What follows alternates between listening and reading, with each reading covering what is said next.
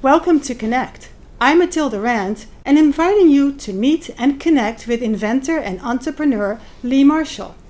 We will begin the program at his 80th birthday celebration in 2015 at his workshop at New Concept.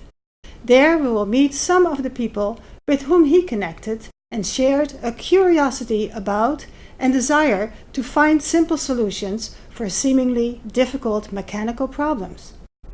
When listening to those who knew him well at the celebration of his life in 2017, you might also find that he inspired people to find solutions for life's problems. I hope that this program and his life inspire you to find connections that enrich your life.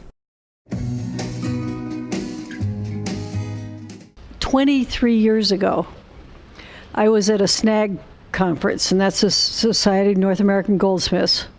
When we had breaks, there was this guy, Mr. Marshall, who was out there, and people in his class had this great tool.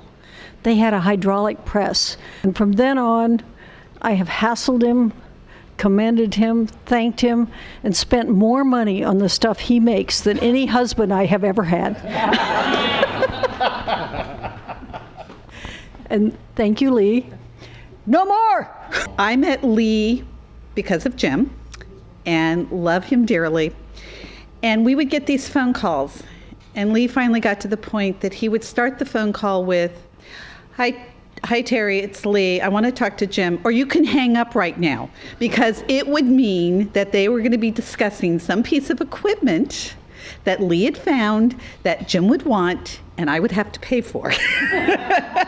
All of us, all the jewelers were making their own hydraulic presses.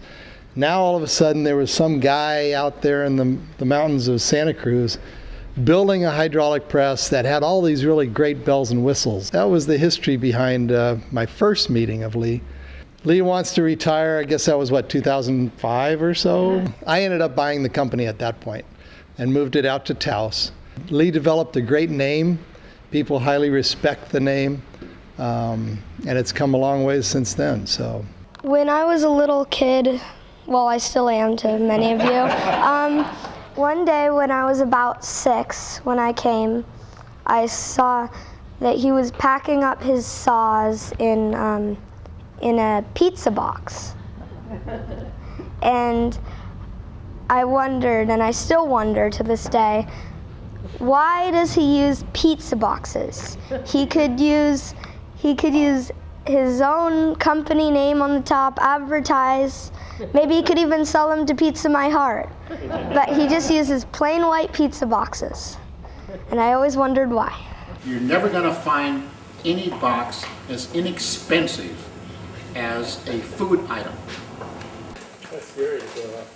Now, if I were to imprint a round depression in here, I could use this as my own built-in table.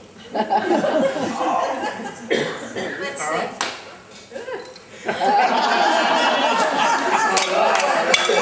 This is the best job I've ever had, and the most fun I've had, the most learned I've ever had in a new job. And it's just a blast in here. Every day I come in, there's something new to learn or something to do. I was sitting there on the boat and thinking to myself, my God, here I am, surrounded by friends. It just doesn't get better than this. A great sail on the bay, a great bay, Santa Cruz, 80th birthday. Hell, I could go tomorrow and know damn well it's a great way to go. We would dance on your grave. I hope so. Here to help us celebrate Lee Marshall's amazing life. I want to tell you how I met Lee. It was 1970, Manhattan Beach. We were working on a fair housing initiative, and we both had kids in a babysitting co-op. We would see each other on the streets of Manhattan Beach. I was driving my Citroen de Chevaux, a 2CV, and he was driving his three-wheel Morgan-based car that he had designed. We sort of wave at each other. Fast forward a decade. I'm at a soccer banquet. My 11-year-old son is getting an award. Lee's 11-year-old son is getting an award, and we are both divorced. So we started dating, and as it became more and more serious, I had to decide if he was travel worthy. I have some vagabond blood, and so we went to Machu Picchu, and there, after suffering altitude sickness, extreme altitude sickness, in a tiny Peruvian room, I decided that he might be a keeper. So we went back home. He moved in with his 11-year-old son, Dennis, and we went on with our lives. He was building automated welding systems for the sports car industry. Since he had been a race car driver, it was just a natural thing. His older son, Doug, had a very serious congenital disease called Marfan syndrome, and he had to have an operation at Children's Hospital in LA. When he was finally released, Lee had a $100,000 medical bill and no medical insurance. So he had to sell off everything in that business, and he moved into my garage. It was the last time I've ever had a garage since I met Lee. So he was trying to do small-scale automated systems, and he got an order from Korea. Their sports car people wanted some of those welding systems. So he managed in my garage to build it. And then they had an executive who came over who wanted to see how it worked. And Lee didn't have a shop, he didn't have an office. So he went to a friend, a lawyer friend, asked if he could borrow his office, and took away the nameplate and greeted him there. So eventually he got by with that, and the shipment went off to Korea. We were looking for a place to live and ended up in Bonnie Doon. When we got there, Lee looked for work, I looked for work. He couldn't find a job for 2 years. I cobbled together 2 jobs, one at San Jose City College, one at Watsonville Adult School, which was teaching an ESL vocational class in arc welding. So Lee helped me every night, and I managed to stay 1 page ahead of the students. Lee finally found a job in Scotts Valley for Arrow Hoos, which builds roller coasters, and he was an arc welder there. After that, he started building clean rooms for computers. In those days, computers had to be in dedicated rooms that were pollution-free in every way. And he started selling them in the new Silicon Valley with his friend Mario. They were invited by the government of Germany to go there and build some clean rooms in the Saar Valley. Lee then got a job at Slaughterback building, this company was in Seaside, and in Seaside they were doing hot melt glue, and the hot melt glue caused Lee, and he was director, vice president of R&D, research and development. It caused him to have a severe chemical exposure, and it was isocyanides, which the year before in Bhopal, India, had killed 2,000 people. In fact, one of his R&D people ended up dying within a year. The rest of them were badly exposed. Lee's lungs were not too bad, but it affected his brain. He was no longer able to do any math. His math ability was gone. And for an engineer, that's really serious. He also lost his memory. So he was given rehab, and after a number of months in rehab, he was released and told to take classes. So he took a class at Cabrillo College, which by then I was working at, and he took a class with Linda Watson Abbott in small metalsmithing. He designed this bracelet, which is U-joints, that he was very proud of and he used to wear all the time. Well, I'll pass it. When we first met Lee, as we were just reminiscing with my sister, my mom brought this guy home, shaved head, goatee, and he drove a Ferrari. That was very shocking to us. He turned out to be a pretty good guy. The first thing that I kind of took from Lee was that he kind of opened up that anything was possible if you just kind of imagined it and had the tenacity and will and skill and knowledge to do it. And he was basically a magician. He took raw materials and transformed them into something new that no one had done before. So it was kind of magical. And then when we moved to Bonnie Doon, he was out of job, we were very poor. So he, with my help and with Dennis's help, his other son, turned a rocky, barren hillside into a lush, deep bed organic garden. He built this beautiful wooden greenhouse, but to get the lumber, we had to go to Scotts Valley, and I learned how to use this tool, which probably no one in their lives will ever even know exists, which is this nail puller. We took apart a wooden building, board by board, nail by nail, reduced a building to lumber, loaded it onto a truck. He brought it to Bonnie Doon, and up arose this amazing greenhouse where we raised chickens and grew our starter plants with this overhang that shielded the sun in the summer but let the winter light in. But I just want to say thank you to Lee for being an amazing father, mentor, teacher, and I still have daily conversations with him when I'm thinking about measuring something or designing something. It's always like I'm asking him, explaining to him how I'm building it, and so his voice is always there.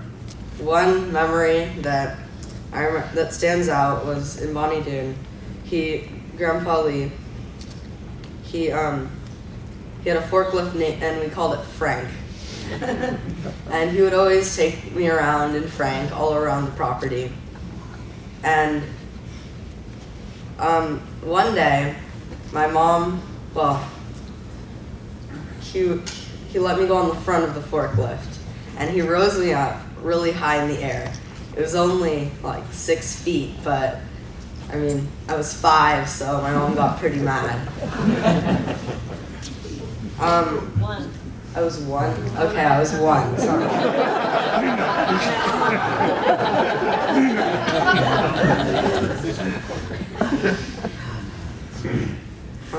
I just want to say that I've learned many things from my grandpa, one of which is the ability to take my creativity and actually do something with it. I hope that Lee has inspired the rest of you like he has inspired me to think outside the box. One thing, I will echo what Dan said when we first met Lee. He was not like anyone we had ever met as kids. And one thing he didn't mention is he, in addition to the Ferrari, was driving around a 3-wheeled car that he had created. Another thing that I had an amazing experience with Lee, and a very scary one, was he took up beekeeping. And one day when I was visiting from college, I was there and he got the call, a swarm had landed. And so he said, come on, let's go get the hive. And I said, oh, I don't know about that. And he said, oh, I've been, they'd been taking beekeeping classes. And so I went with him, and he had built this wooden beehive. And we went there, and there was a swarm on a tree, on a branch. And he took some smoke and some burlap sack burning and smoked us, put smoke around our bodies so we wouldn't smell so much. And he said, and I said, where are like our hoods and our covering? And he said, oh, we don't need that. What? Wait a minute. You guys have talked to me about the netting and such to keep you safe. And he said, oh, these are so happy. It's like they're drunk and they're just like out of it. And when they swarm, they've gorged themselves and they're fine. They'll be fine. Just don't kill one. His early years were,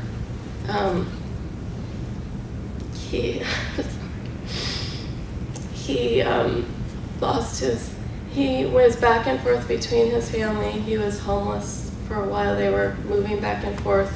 He was put in an orphanage. He thought his mother was dead and then learned that she wasn't. He had very little. And he learned how to make things from scrap, to make toys. And he became best friends with the librarians and learned and loved reading, fell in love with reading. And his dream was to go to college and to become educated. And he started playing tennis. He was very athletic. And he got a tennis scholarship to college. And then there was an accident and he lost his leg.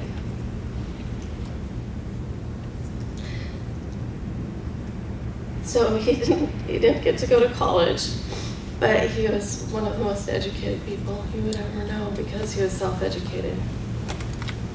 And he, as my mom described, went from business to business, doing different things and reinventing his life after she described the head injury from the chemical exposure from the leg. He just did many different kinds of things. And to me, his life has been a lesson in resilience. I taught the jewelry and metals program at Cabrillo for many years, and Lee was one of my students. And I was talking to my students about forming metal with a hydraulic press. And we had a really old press that we had put together. It was just all thread on each corner, and then it had a platen that kind of moved up and down on the all thread and always got caught. And we messed with it for quite a while, and finally got it to work. And Lee looked at me and he said, you know, Linda, I can do better than that. And I said, well, why don't you just do it then? And he did. And that was basically how the press thing got started. So I first met Lee in the early 1990s.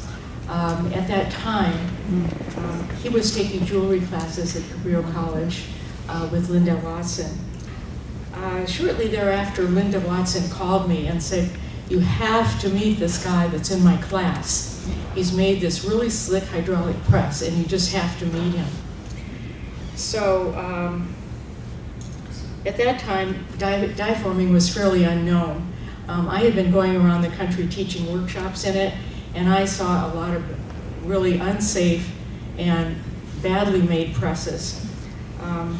There wasn't any way to buy one off the shelf. Some people tried to use automotive presses, but they just didn't do the job. Lee was caught on quickly to what was needed for jewelers and metalsmiths, and we collaborated for years, tossing prototypes and ideas back and forth. It was very wonderful to be able to work with Lee in that way. At the same time, he was building Bonnie Doon into a business, a successful business and a brand. As a result of his efforts, most metalsmithing and jewelry departments around the country now have a press, and they teach die forming in their curriculums.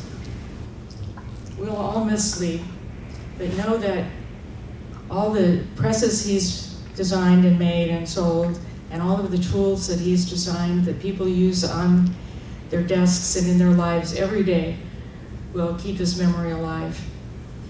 Around 2000, and I needed a job, so Lee hired me. Like Susan said, he had a great ability to see a problem and figure a better way, and he continued to design new and better tools for the industry. I would work with him on and off, and I am so grateful because he was always very supportive of my education.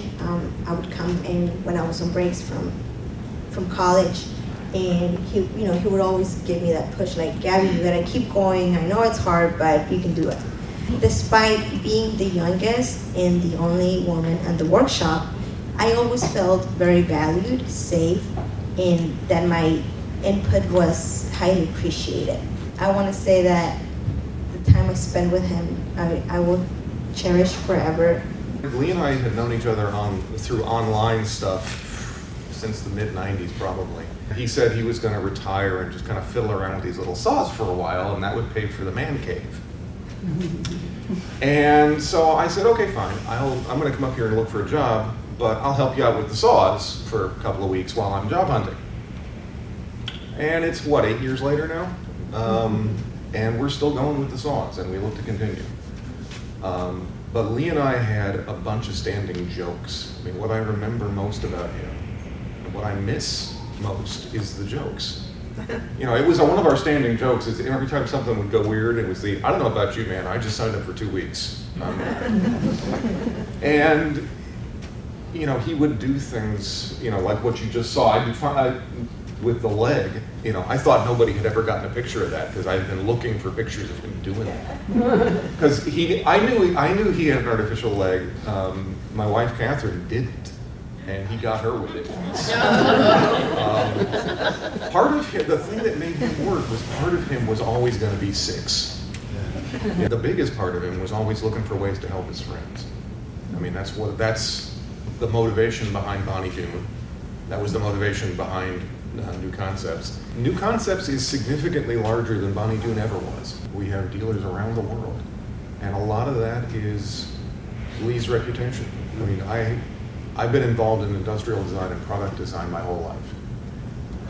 I have never met anybody who was better at thinking sideways than he was. He was doing a seminar up at the art school at San Francisco.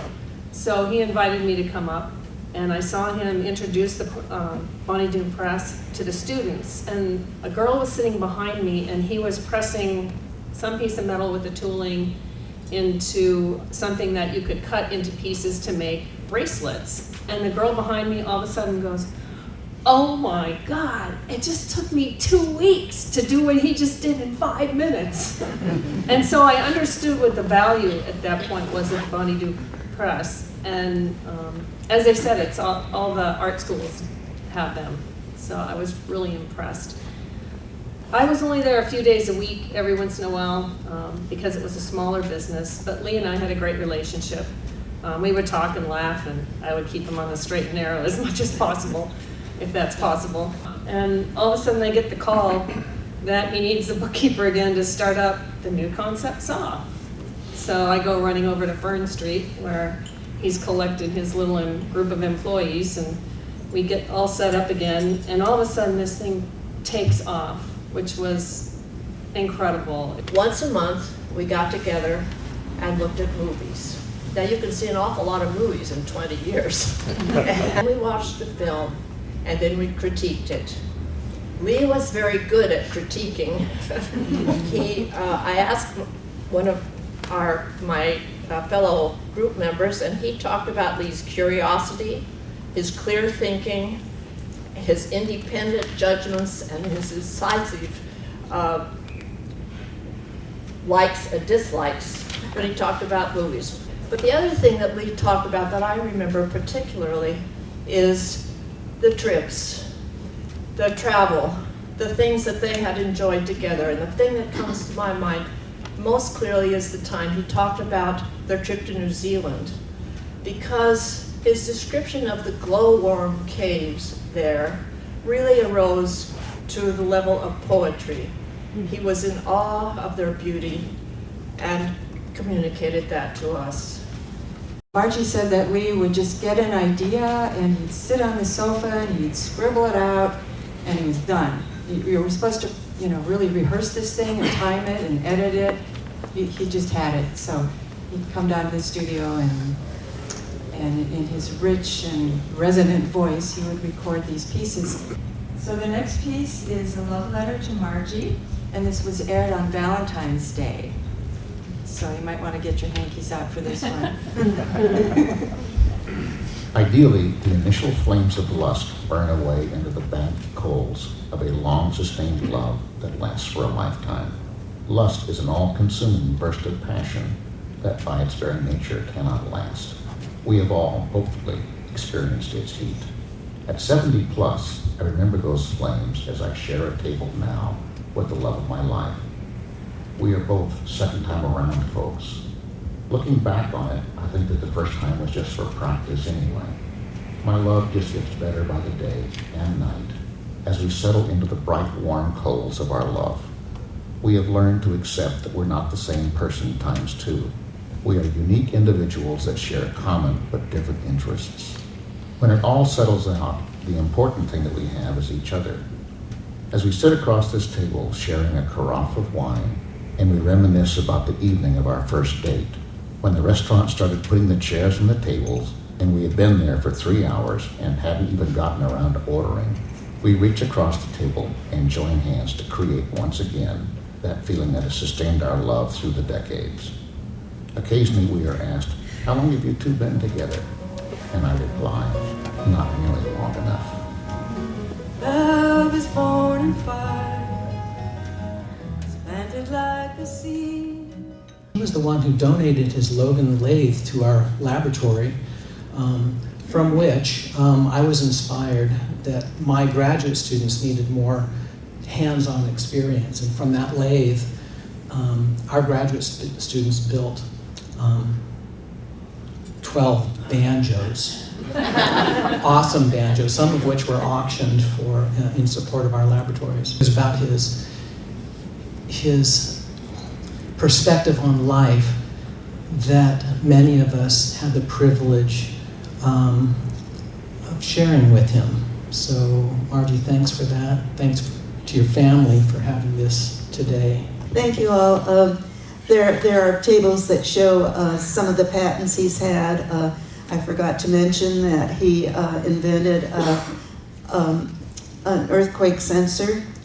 He also invented a pressure sensor for the medical community so that they wouldn't make plaster casts so thick, but all the patents that he applied for back there, and his notebooks, and his musings, and a lot of the artwork, and many of the magazines that had interviews with him. Lee has the last 3 patents on the coping saw, and the first patent since 1957.